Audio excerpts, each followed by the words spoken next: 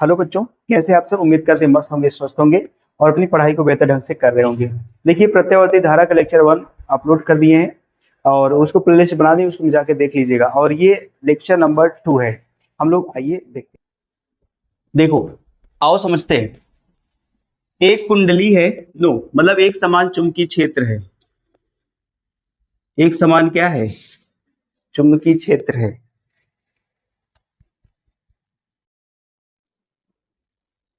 ये मान लेते हैं एक समान चुंबकीय क्षेत्र है। इसमें क्या हो रहा है? एक कुंडली घूम रही है।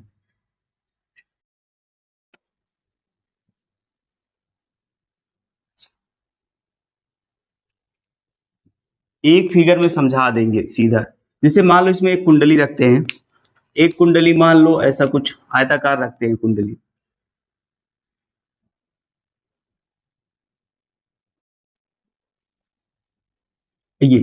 ये कुंडली क्या हो रही? एक समान चुंबकीय क्षेत्र में घूम रही है। ये बी है। अगर मैंने बताया था, अगर कोई कुंडली या कोई पृष्ठ एक समान चुंबकीय क्षेत्र में घूमेगा तो कितना फ्लक्स जनरेट करेगा? इसका एरिया मान लेते हैं कितना है? ए है। इसका क्षेत्रफल मान लेते ए है।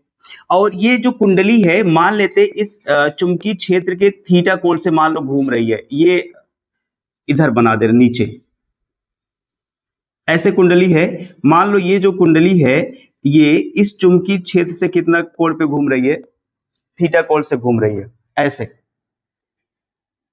ये तो ये कुंडली कितना चुंबकीय क्षेत्र, सॉरी, कितना चुंबकीय फ्लक्स उत्पन्न करेगा?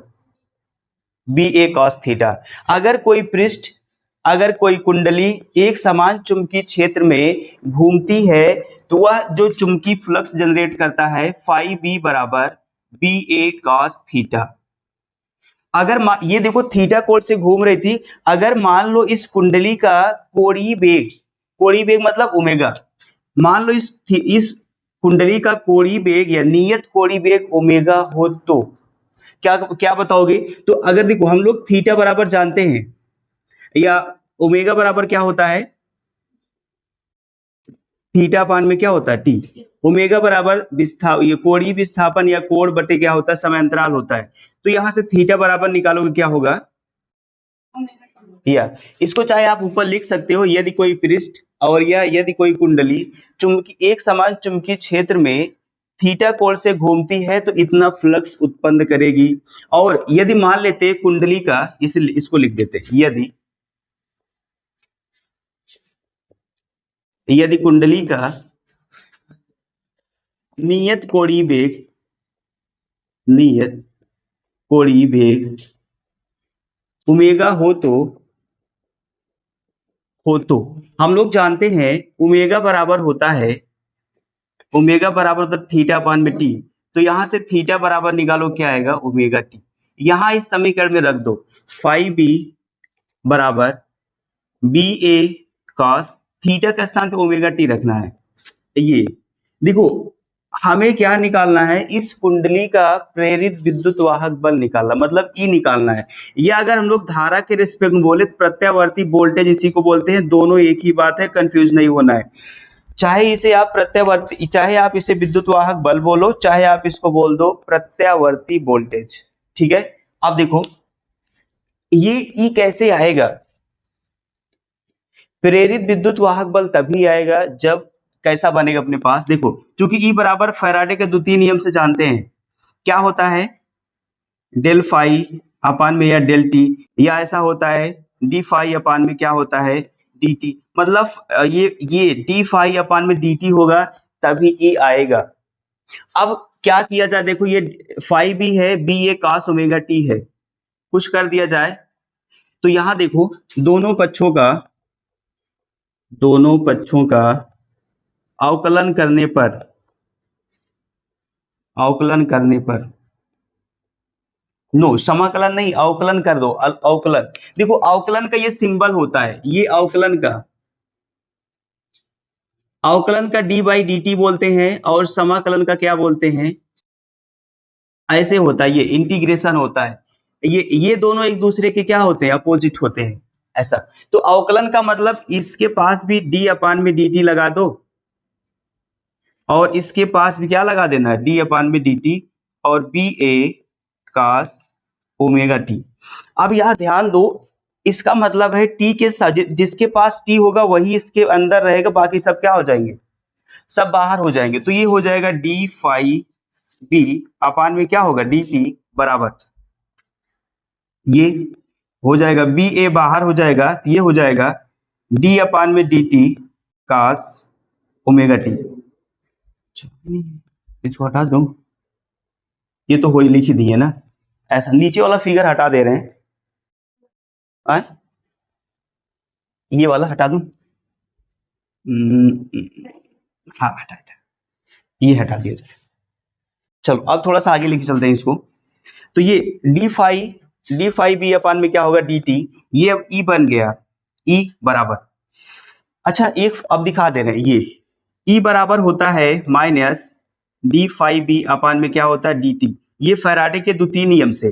तो यहां पर देखो, ये अपने पास यहां पर माइनस नहीं है, अरे वही प्रथम नियम, ये डी फाई अपान में डी टी, ये फैराडे का प्रथम नियम है, सॉरी ये फैराडे का कौन सा नियम है, प्रथम नियम, याद रखिएगा। देखो यहाँ पर डी फाई बी अपान में डी टी है, तो माइनस यहां लेके चले आओ, ये हो जाएगा, तो ये प्लस हो जाएगा, क्योंकि अपने पास कितना है, देखो ये प्लस में डी फाई अपान में डी टी, तो ये हो जाएगा माइनस में बराबर।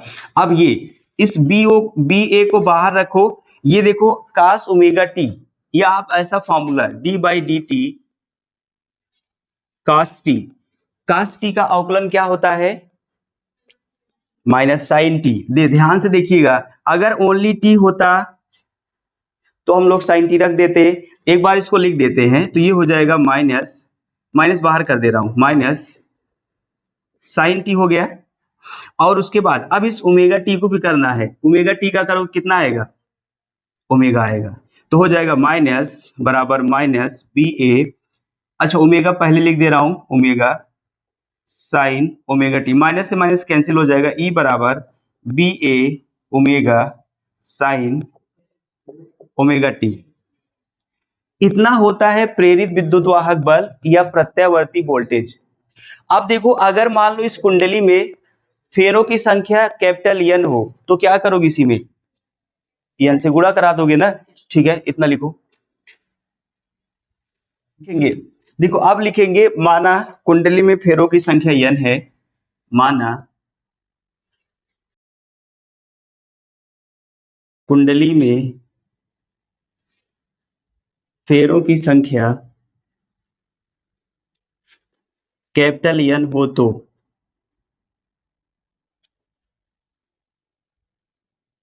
कैपिटल एन हो तो अब तो क्या होगा, ई बराबर होगा बी, ये हो जाएगा, पहले एन से गुणा करा दोगे, एन बी ए ओमेगा साइन ओमेगा टी, ये हो जाएगा प्रेरित विद्युत वाहक बल।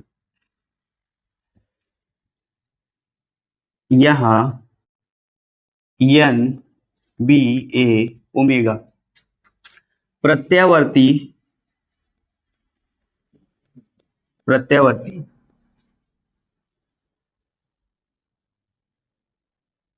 या सीधा लिखो, यहां एन बी ए ओमेगा प्रेरित विद्युत वाहक बल का, प्रेरित विद्युत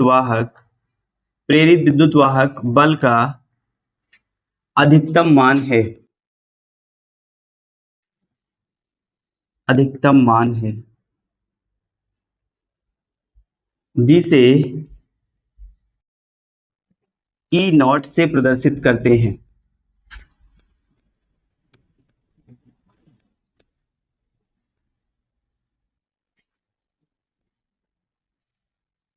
अर्थात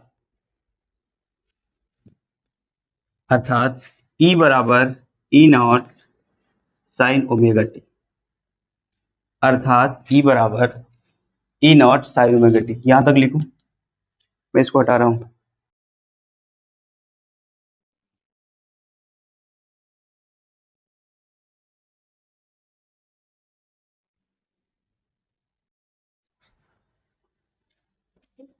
ये देखो, ये बालक, ये है विद्युत वाहक बल, यहां पर देखो ये विद्युत वाहक बल है, ये अधिकतम विद्युत वाहक बल है, शांत रहो, ये विद्युत वाहक बल है, ये अधिकतम विद्युत वाहक बल है, दिखाते हैं। ये अपने पास है, मान लो ये यहां से धारा स्टार्ट होगी, यहां से धारा स्टार्ट होगी, कौन सी धारा? प्रत्यावर्ती धारा। ये देखो, इसका जब प्रत्यावर्ती धारा यहां से उठ के यहां आती है, इसका ये अर्ध सर्कल कंप्लीट होता है, आधा सर्कल, आ, आधी साइकिल कंप्लीट होती है। जैसे यहां से यहां आती है, यहां से यहां, ये इसका एक साइकिल कंप्लीट होता है, इसका एक सर्कल कंप्लीट होता है। तो यहाँ पर ये जो टाइम लेता है, इसको आवर्तकाल बोलते हैं, टी हाफ लेता है। उसके बाद यहाँ पर कितना टाइम इसका हो जाता है? टी हो जाता है। फिर इसके बाद आगे अगर इसके आगे बढ़ाएंगे तो कितना समय लेगा? यहाँ पर कितना समय होगा इसका? इसका कितना समय होगा? हाँ, एकदम सही बात। इसका और समय कितना होगा यहाँ पर? 3t/। फिर उसके बाद यहाँ से जब कंप्लीट होगा तो कितना होगा? 2t हो जाएगा ना। मतलब ऐसे अर्ध सर्कल, फिर उसके बाद कहने का मतलब ये, पहले धारा मैक्सिमम, फिर मिनिमम, फिर मैक्सिमम, फिर मिनिमम, ऐसे होके जाती है। और इससे थोड़ा सा, ये अपने पास धारा है, इससे थोड़ा सा वोल्टेज जो बना है, वोल्टेज इसको थोड़ा सा उठा दे रहा है, ऐसे ये वोल्टेज भी ऐसे ही चलता है, ऐसे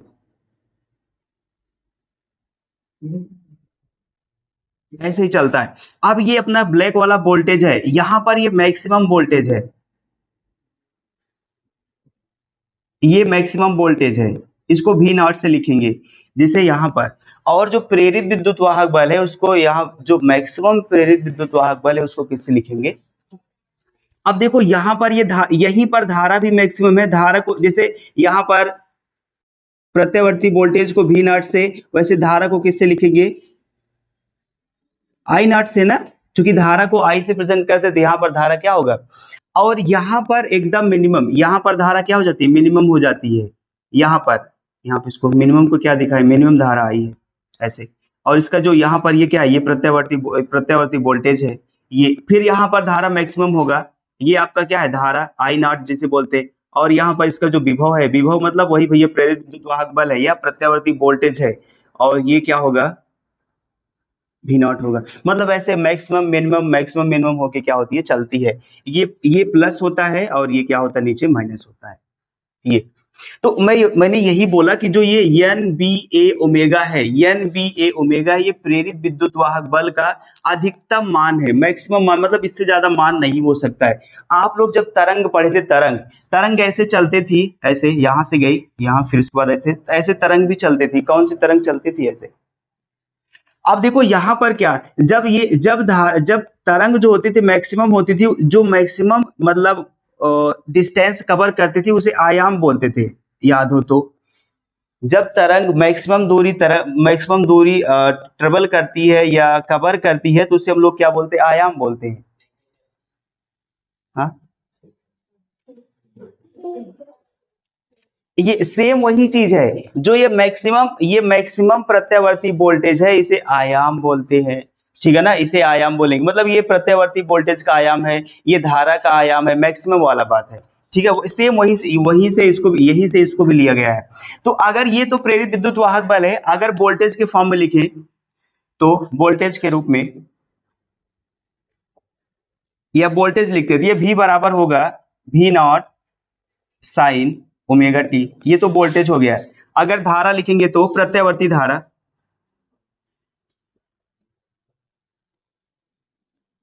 तो कितना होगा? I बराबर कितना होगा? आई नॉट साइन ओमेगा टी, ये हो जाएगा। अब ये तो आप जान रहे हैं कि ये आई नॉट क्या है? मैक्सिमम धारा है। ये क्या है? केवल धारा है। मैक्सिमम प्रत्यावर्ती वोल्टेज है, ये क्या है? केवल वोल्टेज है। मैक्सिमम प्रेरित विद्युत वाहक बल है, ये क्या है? लिखो जल्दी से, अब फिगर बना लेना वहां पे।